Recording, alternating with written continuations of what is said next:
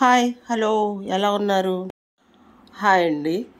రాజుల్లోకల్లా రాజు వంకాయ కర్రీ, గుత్తి వంకాయ కర్రీ. అలా వంకాయ అంటే ఇష్టం లేని వాళ్ళు ఎవరు ఉండరు. అందరికీ కూడా వంకాయ కూర అంటే చాలా ఇష్టపడతారు. చాలామంది వంకాయ కర్రీస్ అంటే నాకైతే చాలా ఇష్టమండి. వంకాయ కర్రీ అంటే ఇష్టపడిన వాళ్ళు ఎవరు ఉండరు.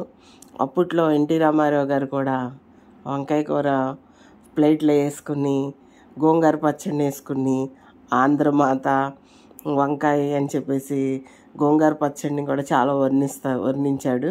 అలాగే గోంగూర పచ్చడి అవని వంకాయ కర్రీ అవని వంకాయతో ఏ కర్రీ చేసుకున్నా సరే అద్భుతంగా ఉంటుందండి. అలాగే నేను కొన్ని వంకాయల్ని వంకాయ టమాటా కర్రీ చేశానండి ఇంట్లో. నాకు ఇష్టమని చెప్పేసి కొన్ని వంకాయలు పక్కన పెట్టుకుని ఇలాంటి చేశానన్నమాట. అది చాలా బాగుంటుందండి, చాలా అద్భుతంగా ఉంటుంది. మీరు ఒక స్పూను కారము, ఒక స్పూన్ సాల్టు, ఒక స్పూన్ ధనియా పొడి, కొంచెం పసుపు వేసుకుని అంతే, ఏమీ అవసరం లేదు. మీరు ఇలా వంకాయల్ని కట్ చేయండి. కట్ చేసిన తర్వాత అందులో మీరు మనం కలిపాం కదా, మిక్స్ చేసాం కదా 4 ఐటమ్స్ని, అవి ఈ వంకాయలో బాగా పట్టేలాగా వంకాయకి అంటే బాగా రఫ్ చేయండి. ఎందుకంటే లోపల దాకా సాల్టు కారం ఇవన్నీ వెళ్ళాలి కాబట్టి రఫ్ చేసి అలా పెట్టండి. చాలా బాగుంటుందండి. గుత్తి వంకాయ కూర కూడా మనం గుత్తి వంకాయలో కూడా చాలా చాలా రకాలు ఉంటాయండి. గుత్తి వంకాయలో కూడా అవి ఒక్కొక్కటి కూడా ఒక్కొక్క లాగా కూడా మనం చేసుకోవచ్చు. అవి నేను ఇంకోసారి పెడతాను.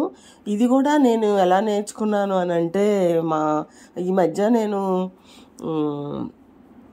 మా అమ్మమ్మ వాళ్ళు ఎప్పుడో చేయటం చూశాను నేను. అది మైండ్లో ఉండిపోయి మొన్న ఒకసారి ఎందుకో గుర్తొచ్చింది, ట్రై చేద్దాం కదా అని చెప్పేసి ట్రై చేశాను అనమాట. ట్రై చేస్తే నిజంగా చాలా అద్భుతంగా వచ్చింది. నేను అప్పుడు వీడియో తీయలేదండి. నేను ఓన్గా చేసుకుని ప్లేట్లో పెట్టుకుని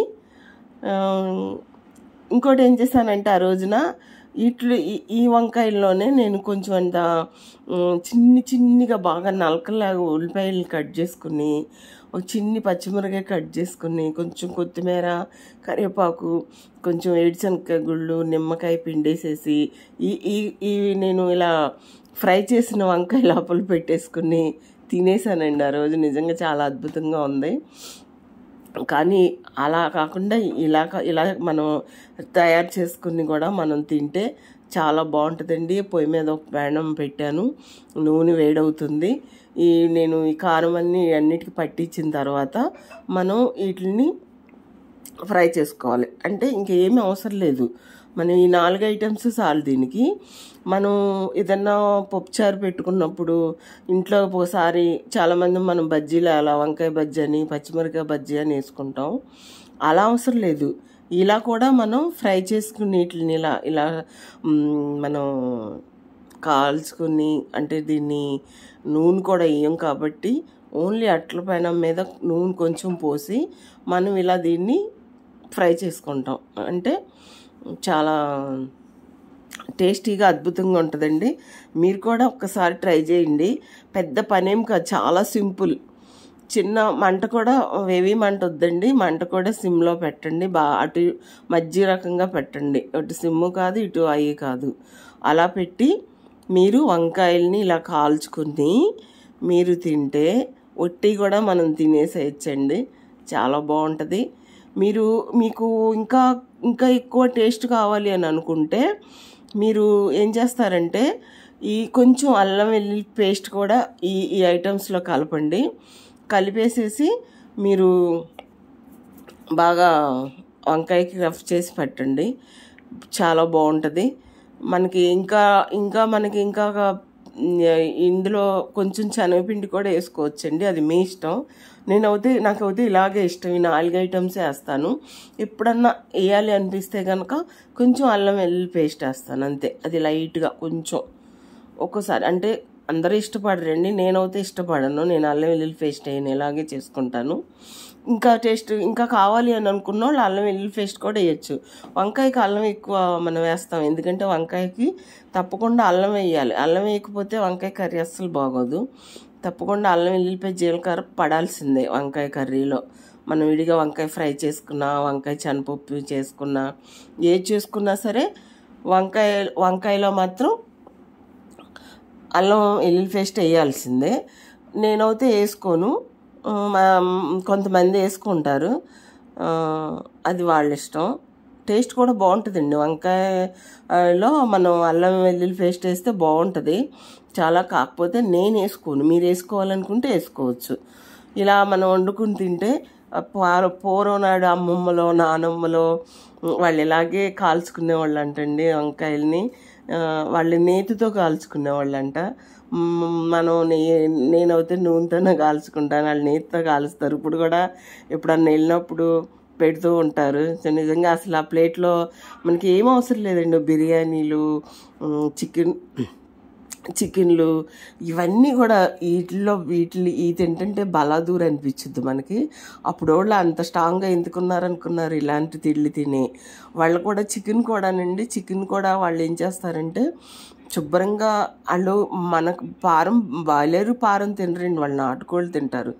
అవి ఏం చేస్తారంటే మెత్తని ముక్కలు తీసేసి ఉప్పు కారం అన్నీ కలిపేసేసి, అందులో ఏమేమి కలపాలి అన్నీ కలిపేసేసి 1 గంట 2 గంటలు ఫ్రిడ్జ్లో వదిలేస్తారండి. వదిలేసేసి మనం రెడీ చేద్దాం అనుకున్నప్పుడు 1 పావు గంట ముందు వాళ్ళు వాటిని బయటికి తీస్తారనమాట. తీసి ఇలాగే ఈ నూనె కొంచెం లైట్గా నూనె వేసి, ఒక్కొక్కళ్ళు అయితే నూనె కూడా వేయరండి.